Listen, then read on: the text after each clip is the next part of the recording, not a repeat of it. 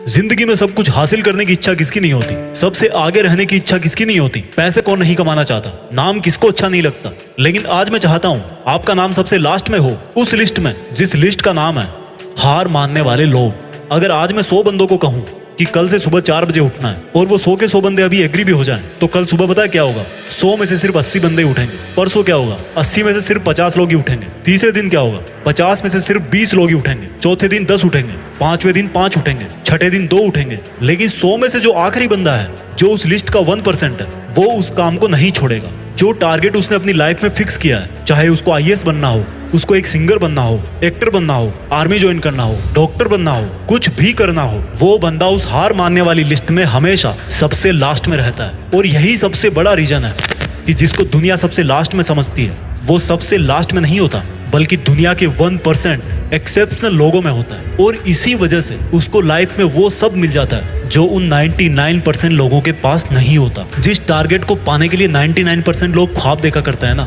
Same उसी target को वो 1% बंदे हासिल कर लेते हैं जिन्होंने अपने 99% सुखों का त्याग कर दिया। 100% तो कोई भी नहीं होता, लेकिन परफेक्ट बनने का इरादा 100% होना चाहिए। और कुछ लोग तो उन 1% के भी 1% में होते हैं, लाखों में एक होते हैं, करोड़ों में एक होते हैं, पूरी दुनिया में गिने चुने होते हैं। लेकिन उनकी शुरुआत है ना, वो उसी लिस्ट से होती है जो मैंने आपको शुरू में बताई थी। जिंदगी में कुछ भी छोड़ने की हिम्मत कर लेना, लेकिन मेरे दोस्त, हिम्मत छोड़ने की हिम्मत मत करना। जिंदगी में किसी भी हार को गले लगा लेना, लेकिन हिम्मत हारने की हार को कभी गले मत लगाना। अगर आपको दुनिया के 1% लोगों में आना है, तो उस माइंड सेट से बाहर निकलना पड़ेगा जिसमें आपके आसपास के 99% लोग फंसे हुए हैं। वो 99% लोग यही सोचते हैं कि जो काम आप कर रहे हो उससे कोई फर्क नहीं पड़ता। लेकिन मैं कहता हूँ फर्क पड़ता है मेरे भाई। जो पत्थर नदी में गिरता है ना, वो 1 महीने में चिकना नहीं होता, कई साल लगते हैं। लेकिन आप तो यार इंसान हो। इंसानों में सक्सेस की चिकनाहट तो उसी दिन से आना शुरू हो जाती है जिस दिन वो उस हार मानने वाले लोगों की लिस्ट में सबसे नीचे आ जाता है। जिद्दी होकर बैठ जाता है कि करना है तो बस यही करना है, चाहे हासिल कर पाऊं या ना कर पाऊं, वो बात की बात है। अभी की बात सिर्फ इतनी है कि जिस काम में मैं इतने दिन से लगा हुआ हूँ, जो टारगेट लेकर के मैं बैठा हूँ, उस टारगेट के इरादे को घुटने नहीं टेकने दूंगा। और जिसके इरादे घुटने नहीं टेकते हैं ना, उन 1% के 1% लोगों के लिए दुनिया बहुत ताली बजाती है। आज से डिसाइड करो कि मुझे देश में अपने नाम के साथ साथ, अपने गांव के नाम के साथ साथ, दुनिया में भी देश का नाम और ऊंचा करना है। जय हिंद, वंदे मातरम।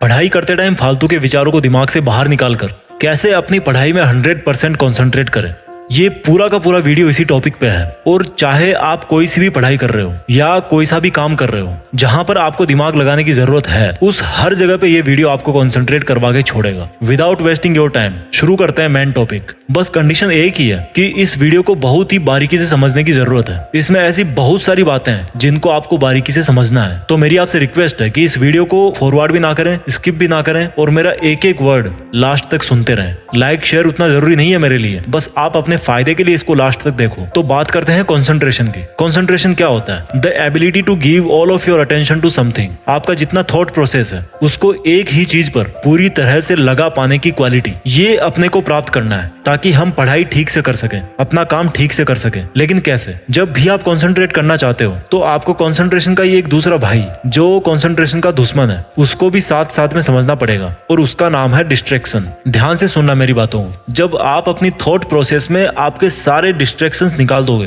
तो उस दिन से आप 100% कंसंट्रेट करने को तैयार हो जाओगे। इसलिए मैंने कंसंट्रेट करने के तरीके को समझाने के लिए 2 हिस्सों में बांटा है। फर्स्ट इज अपने विचारों से सभी डिस्ट्रैक्शंस को दूर करना, एंड सेकंड पार्ट इज जब डिस्ट्रैक्शंस चले जाएं तो फिर कंसंट्रेशन पे कैसे ध्यान दें। और ये दोनों के दोनों पार्ट्स इसी वीडियो के अंदर है। तो पहले भगाते हैं डिस्ट्रैक्शंस को। तो जिस तरह से कंसंट्रेशन का मीनिंग होता है कि एक ही चीज पर पूरा ध्यान लगाने की कैपेसिटी, उसी कंसंट्रेशन के दुश्मन डिस्ट्रैक्शन का मीनिंग होता है कि ऐसी चीजें जो आपके उस मेन काम से, पढ़ाई से आपका ध्यान भटकाती है। और ये डिस्ट्रैक्शंस 2 प्रकार के होते हैं। एक को कंट्रोल करना बड़ा आसान है, लेकिन दूसरे तरह के डिस्ट्रैक्शन को कंट्रोल करने के लिए आपको थोड़ी सी समझदारी से काम लेना है। थोड़ी देर में मैं आपको ये चीज बताऊंगा। तो पहले तरीके का जो डिस्ट्रैक्शन है वो है एक्सटर्नल, आपके चारों तरफ का डिस्ट्रैक्शन, जिसको कंट्रोल करना बहुत आसान है। दूसरे तरीके का डिस्ट्रैक्शन है आपका इंटरनल डिस्ट्रैक्शन, जिसको भैया कंट्रोल करना थोड़ा ट्रिकी है, लेकिन मजा आएगा इसमें। तो एक्सटर्नल डिस्ट्रैक्शंस कौन से होते हैं? जैसे मान लो आप एक जगह बैठ करके पढ़ाई कर रहे हो, दूसरे रूम में टीवी चल रहा है, आपको डिस्टर्ब हो रहा है, आप उठ के गए, टीवी आपने बंद कर दिया, आपका जो एक्सटर्नल डिस्ट्रैक्शन है वो वहीं पर खत्म हो गया। आपके मोबाइल पर मान लो बार बार नोटिफिकेशन आ रहे हैं, आपने उसका डेटा ऑफ कर दिया और साइलेंट करके दूर रख दिया, वहीं पर आपका जो वो एक्सटर्नल डिस्ट्रैक्शन है वो खत्म हो गया। बहुत ईजी है एक्सटर्नल डिस्ट्रैक्शन को कंट्रोल करना। अब आते हैं इंटरनल डिस्ट्रैक्शन पे। उसने मुझे धोखा दे दिया, उससे मेरी लड़ाई हो गई, या उससे बात करने का मन करता है 5 घंटे, या आपको किसी ने डरा दिया, एग्जाम का डर लग रहा है, सपने पे सपने देखे जा रहे हो बैठे बैठे, पछतावा हो रहा है कि मैंने टाइम बर्बाद कर दिया। यानी कि आपके जो विचारों की सुनामी है ना, वो है आपका डिस्ट्रैक्शन। इसलिए आपको अपना थॉट प्रोसेस है ना वो चेंज करना पड़ेगा। अब वो कैसे करोगे? इस वीडियो का सबसे मेन बिंदु यहीं पर है। आपके दोनों हाथों में 2 ऑप्शन है, डिसीजन आपके हाथ में है। एक तो यह है कि आपके साथ जो भी जिंदगी में पास्ट में जो कुछ भी हुआ, जो कुछ भी आपके साथ आज हो रहा है, जिसकी वजह से आपके विचार इधर उधर हो रहे हैं, आपके विचार उधर जाते हैं, या तो आप उसको लेकर के बैठे रहो, क्योंकि पास्ट और फ्यूचर ऐसी चीज है जो केवल विचारों में एग्जिस्ट करती है, एक्चुअल में नहीं होती। वो जब हम पास्ट में थे तो वो हमारा उस टाइम का प्रेजेंट था, और जिस फ्यूचर के बारे में हम ख्यालों में खोए रहते हैं वो जब तक हमारे पास में आएगा वो भी प्रेजेंट में बदल चुका होगा।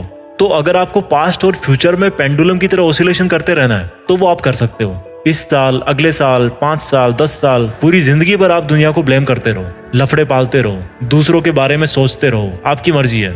आप जहां होना आज वहीं पे रह जाओगे। दूसरा ऑप्शन यह है आपके पास, जिसमें सॉल्यूशन है, ध्यान से सुनना उसको। आपकी लाइफ में आज जो भी जिस भी तरह का डिस्ट्रैक्शन है, डिस्टर्बेंस है, internal distraction, emotional distraction, mental distraction, वो आपकी लाइफ में आपकी थॉट्स में कैसे आया? आपके पास्ट की एक्टिविटीज की वजह से। आप पास्ट में जो काम किए हो, आपका पास्ट में जैसे लोगों के साथ में उठना बैठना रहा है, आपके जो जो लफड़े रहे हैं पास्ट में, धीरे धीरे उनका रिजल्ट आना शुरू हो गया। आपने किसी ना किसी टाइम कुछ वैसा करने का सोचा था, फिर सोच काम में बदल गई, और जब काम होगा तो उसके प्रोडक्ट तो बनेंगे, रिजल्ट भी आएगा, आपके पास ही आएगा। तो आपको ये सोचना है कि आज आपका मन जिस भी वजह से भटक रहा है या पढ़ाई में फोकस नहीं कर पा रहे हो, वो सब आपकी लाइफ में जो कुछ भी आज तक हुआ उसके बेस पर ही आपके पास में आया है। इसलिए आज आप जो कर रहे हो उसके रिजल्ट के लिए कल आपको तैयार रहना पड़ेगा। तो इस तरह से आपके जो फ्यूचर के डिस्ट्रैक्शंस हैं वो कम हो गए, क्योंकि आपकी थॉट बदल गई कि भाई मुझे फालतू की चीजें नहीं सोचना, क्योंकि अगर मैं आज फालतू की चीजें सोचूंगा तो इसका असर मेरे आने वाले कल पे पड़ेगा। और जो ऑलरेडी आपकी लाइफ में डिस्ट्रैक्शंस हैं किसी रिलेशनशिप की वजह से, उसके बारे में आपको ये सोचना है कि जो भी हो रहा है उसका रिस्पॉन्सिबल मैं हूँ, मेरा जो ध्यान भटक रहा है उसका रिस्पॉन्सिबल मैं हूँ। और जब मैं खुद रिस्पॉन्सिबल हूँ तो मैं खुद को माफ भी कर सकता हूँ, क्योंकि आज तक जो भी हुआ वो तो भाई मैं नहीं बदल सकता। आज तक मान लो मेरे मार्क्स कम आए, मैं फेल हो गया, पापा ने मुझे डांटा, उसने मेरे साथ चीट किया, उसको तो मैं बदल नहीं सकता। तो उसके बारे में सोचने का कोई फायदा नहीं है, मुझे उसके बारे में सोचना भी नहीं है। Forgive yourself for all your mistakes. जो आज आपके डिस्ट्रैक्शंस है ना, वो एक के ऊपर एक करके, एक के ऊपर एक, एक के ऊपर एक, काफी लंबे टाइम से इकट्ठे होते जा रहे हैं। तो अब उसको और ज्यादा बढ़ने से रोकना है, और आपको अपने मन में ये निश्चय कर लेना है कि अब मैं अच्छा काम करूंगा, अपने काम से काम रखूंगा, मेरे सभी इंटरनल डिस्ट्रैक्शंस को मैं कंट्रोल कर सकता हूँ। इस तरह से आपको अपने मन को समझाना है। और जब आप डेली ऐसा करोगे, ऐसा सोचोगे, तो आपके जो इंटरनल डिस्ट्रैक्शंस है ना वो ऑटोमेटिक कम होते जाएंगे। और जब हम डिस्ट्रैक्शंस को कम कर लेते हैं, उसके बाद में बात आती है कि भाई अब कॉन्सेंट्रेट कैसे करें। जब आपके डिस्ट्रैक्शंस कम हो जाएंगे तो आप सोचो कि अब आज मैं जो काम करने जा रहा हूँ वो परिणाम स्वरूप मेरे पास वापस तो जरूर आएगा। तो कुछ भी हो जाए, अब मैं अपना जो थॉट सिस्टम है ना उसको केवल और केवल पढ़ाई में ही लगाऊंगा, अपने काम में ही लगाऊंगा। जब कभी आपकी लाइफ में कोई डिस्ट्रैक्शन होना या उसके होने की संभावना हो तो उस पहली संभावना पे ही उसको ब्लॉक कर दो, उसको हटा दो वहां से। उसको इतना बड़ा मत होने दो कि वो कल को आपका ध्यान भटकाए। कई बार आपको ऐसा लगता होगा कि यार इस चीज से तो मेरे कंसंट्रेशन पे कोई असर नहीं पड़ने वाला, लेकिन एक्चुअल में वही चीज कितनी खतरनाक है आपका ध्यान भटकाने के लिए, वो आपको भी नहीं पता। आपको उसकी लत लग जाती है, और किसी भी चीज की लत लगना बहुत गंदी बात है, एक्सेप्ट मेहनत करने की लत के। हमेशा एक चीज याद रखो, जब भी आपको कंसंट्रेट करने की जरूरत हो या जब भी आपका ध्यान भटक रहा हो कि आपको फालतू की चीजों के बारे में सोच के, फालतू की टेंशन लेके या फालतू में ख्याली पुलाव बना के क्या फायदा है। ख्याली पुलाव का मतलब जानते हो? जो चीज रियल में नहीं हो सकती। जैसे मान लो काश यार उस दिन ऐसा नहीं हुआ होता, या उस दिन मैं ऐसा नहीं किया होता। अब ये जो स्टेटमेंट है ना, काश मैंने उस दिन ऐसा नहीं किया होता, आप यार उसमें क्या कर सकते हो? क्या आप पास्ट में जाकर के उस काम को दोबारा कर सकते हो, बदल सकते हो? नहीं कर सकते। अब मैं 2 मिनट कुछ ऐसी बातें आपको बोलूंगा जिनको आपको हमेशा अपने आप को याद दिलाना है। मैं पढ़ सकता हूं, मैं कंसंट्रेट कर सकता हूं, मेरे लिए फालतू के विचारों से बाहर निकलना जरूरी है, मेरे लिए फोकस करना बहुत जरूरी है, मुझे केवल प्रेजेंट पर ही ध्यान देना है, मैं केवल प्रेजेंट को बदल करके ही अपने फ्यूचर को बदल सकता हूं, मैं आज से ही मेरा ध्यान भटकाने वाली चीजों को खुद से दूर कर दूंगा, मैं आज से ही अपने लक्ष्य के प्रति ईमानदार बनूंगा, जो फल मुझे चाहिए उसके लिए मुझे अपने नकारात्मक विचारों से बाहर निकलना बहुत जरूरी है। मैं पढ़ सकता हूं, बहुत अच्छी पढ़ाई कर सकता हूं, बहुत अच्छा कंसंट्रेशन कर सकता हूं और अब मैं ये करके दिखाऊंगा। दोस्तों, मैं जल्दी से इस वीडियो को समराइज कर देता हूं। आपको कंसंट्रेट करने के लिए अपनी लाइफ के डिस्ट्रैक्शंस को हटाना पड़ेगा और डिस्ट्रैक्शंस 2 तरीके के होते हैं, इंटरनल एंड एक्सटर्नल। एक्सटर्नल को आप तुरंत कंट्रोल कर सकते हो, लेकिन जो इंटरनल डिस्ट्रैक्शंस है आपके, उनको कम करने के लिए आपको अपने आप को पास्ट और फ्यूचर के विचारों से आजाद करना पड़ेगा। आपको समझना पड़ेगा कि क्यों आपका वर्तमान में ना रहना आपकी जिंदगी बर्बाद कर सकता है, और ऐसा सोच करके उसके बाद में आपको अपने हर एक तरह के जो डिस्ट्रैक्शंस हैं उनको एक के बाद में एक कंट्रोल करके आपको एक पॉजिटिव एटीट्यूड के साथ में अपना काम शुरू करना है और पढ़ाई करनी है। आप जरूर फोकस कर पाओगे। आई होप आपको सेल्फ डिसिप्लिन से खुद को इतना बदल दो कि लोग तरस जाएं पहले जैसा देखने के लिए। और ये सब आप कैसे कर सकते हो, इसके 9 पॉइंट्स आज मैं आपको बताने वाला हूँ। सेल्फ डिसिप्लिन एक ऐसी स्किल जिसको अगर किसी ने अपने स्टूडेंट लाइफ में सीख लिया ना, तो उस स्टूडेंट को अपनी लाइफ में सक्सेसफुल होने से कोई नहीं रोक सकता। क्योंकि सेल्फ डिसिप्लिन आपसे वो करवाता है जो आपको करना चाहिए, फिर चाहे उस काम को करने का आपका मन हो या ना हो। महान साइंटिस्ट निकोला टेस्ला कहते हैं कि मैंने सफलता सिर्फ सेल्फ डिसिप्लिन से पाई है। मैं जब तक इस शक्ति का इस्तेमाल करते रहता, जब तक मैं अपने लक्ष्य के साथ एक नहीं हो जाता।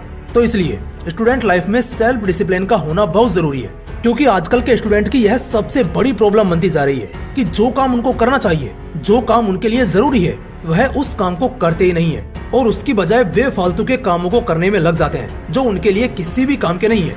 और अगर आप भी एक ऐसे स्टूडेंट हो जो अपनी लाइफ में करना तो बहुत कुछ चाहता है लेकिन कुछ कर नहीं पाता, हर काम को कल पर टालते जाता है और ना चाहते हुए भी अपने कीमती टाइम को वेस्ट कर देता है, तो समझो ये वीडियो सिर्फ आपके लिए है। क्योंकि इस वीडियो में मैं आपको सिखाने वाला हूँ कि अपने आप को डिसिप्लिन कैसे रखें, किस तरह से हम अपने डेली रूटीन को फॉलो करें ताकि हम हर दिन एक डिसिप्लिन्ड लाइफ जी सके। और अगर आप भी ये सब चीजें सीखना चाहते हो तो ये वीडियो आपको लास्ट तक जरूर वॉच करनी चाहिए। तो चलिए आज के इस वीडियो में सेल्फ डिसिप्लिन का पूरा पोस्टमार्टम करते हैं। सबसे पहले हम ये समझते हैं कि आखिर सेल्फ डिसिप्लिन होता क्या है, इसकी डेफिनेशन क्या है। तो अगर मैं आपको सेल्फ डिसिप्लिन की एक छोटी सी डेफिनेशन दूं तो वो है खुद पर खुद का शासन, यानी अपने आप पर पूरे तरीके से कंट्रोल रखना। आप जो करना चाहते हो वो करना, जो नहीं करना चाहते हो वो मत करना। अगर आपने एक बार भी किसी काम को करने की ठान ली तो उस काम को पूरा करके ही दम लेना, फिर चाहे उसके लिए आपको दिन रात एक ही क्यों ना करना पड़े। ये होता है खुद का खुद पर शासन, यानी सेल्फ डिसिप्लिन।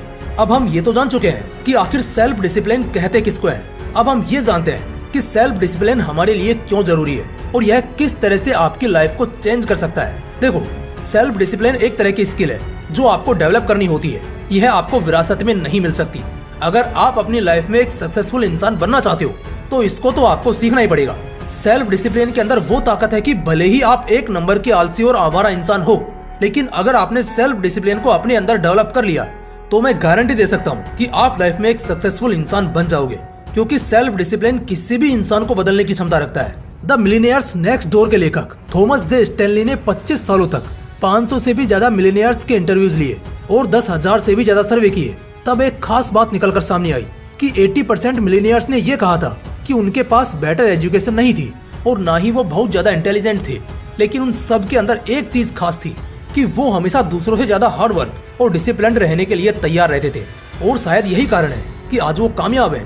तो आप समझ सकते हो कि डिसिप्लिन किस हद तक किसी भी इंसान की लाइफ को चेंज कर सकता है। अब आप इसको मोटिवेशन मत समझ लेना। मोटिवेशन और सेल्फ डिसिप्लिन यह दोनों अलग अलग चीजें हैं। देखिए, मोटिवेशन है ना, जो एक चिंगारी की तरह होता है जो आपको किसी भी काम को करने के लिए टेम्पररी फोर्स करता है, उस काम को करने के लिए आपके अंदर आग लगा देता है। लेकिन सेल्फ डिसिप्लिन उस आग को कंटिन्यू रखता है, उसको कभी कम नहीं पड़ने देता है। सेल्फ डिसिप्लिन आपसे सही काम को सही समय पर करवाता है, फिर चाहे आपका मन हो या ना हो।